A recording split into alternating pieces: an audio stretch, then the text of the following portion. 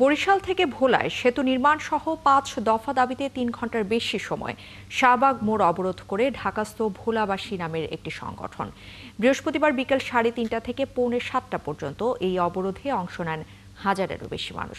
পরে পুলিশ তাদের সরিয়ে দেয়। আন্দোলনকারীদের হুঁশিয়ারি, সোমবারের মধ্যে তাদের দাবি মানতে হবে। আরও জানাচ্ছেন মোহাইমিনুল খান অপু।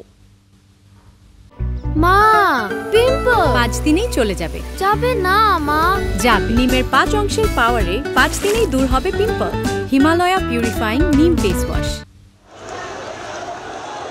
বরিশাল থেকে ভোলা পর্যন্ত সেতু নির্মাণের দাবিতে ধারাবাহিক আন্দোলনের অংশ হিসেবে শুক্রবার বিকেলে শাহবাগ মোড় অবরোধ করে ভোলাবাসীরা। হাজারেরও বেশি মানুষ বিকেল 3:30 থেকে 3 ঘন্টার মতো সময় ধরে শাহবাগ মোড় অবরোধ করে রাখেন।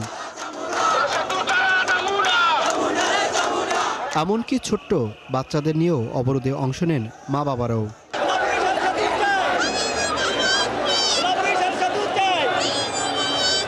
আমরা তো সেতু দেখতে পাই নাই, ভবিষ্যতে যেন ওরা দেখতে পায়, এজন্যই আসা ওর ছেলেকে নিয়ে আন্দোলনে। কেন তাদের দাবি মানতে হবে এ বিষয়ে যুক্তি তুলে ধরেন আন্দোলনকারীরা। হসপিটাল বা অন্য কোনো ভালো একটা সুচিকিৎসার জন্য নিয়ে যেতে পারি না, বিনিময়ে অর্ধেক পথে আমাদের মা বোন মারা যায়। বলাতে আমার বাড়িতে না নিছি, বাড়ি থেকে ঢাকা আনার উদ্দেশ্যে আনবো, রাত্রে 7টা বাজে আমার আব্বা মারা যায়। 2020 সালে নভেম্বর মাসে এক সড়ক দুর্ঘটনায় ভোলা থেকে 6 ঘন্টা আমি ঢাকা আসতে পারি নাই, তাই আমি আমার এই পাটা রাখতে পারি নাই। আর দাবি মানতে আলটিমেটামও বেঁধে দেন তারা। এমনকি ভোলা থেকে গ্যাস বিদ্যুৎ সরবরাহ বন্ধের হুমকিও তাদের কণ্ঠে। আমাদের দাবি আদায় না হওয়া পর্যন্ত আমরা শুধু ঢাকা শহর না, সারা বাংলাদেশে সকল জনগণকে সম্পৃক্ত করে এই আন্দোলন আমরা জোরদার করব। আমরা ভোলাবাসীর পক্ষ থেকে সেই গ্যাস রপ্তানি করা বন্ধ করে দিব। এই সরকার আমাদেরকে আশ্বস্ত করেছিল, কিন্তু তারা আমাদের সাথে প্রতারণা করেছে। আমরা 8 দিন ধরে এখানে অবস্থান কর্মসূচি পালন করছি।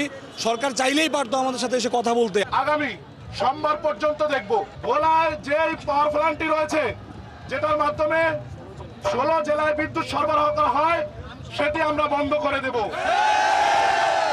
এবং ভোলা থেকে সকল প্রকার গ্যাস সারা দেশে সরবরাহ করা হয়, সেগুলো আমরা বন্ধ করে দেব।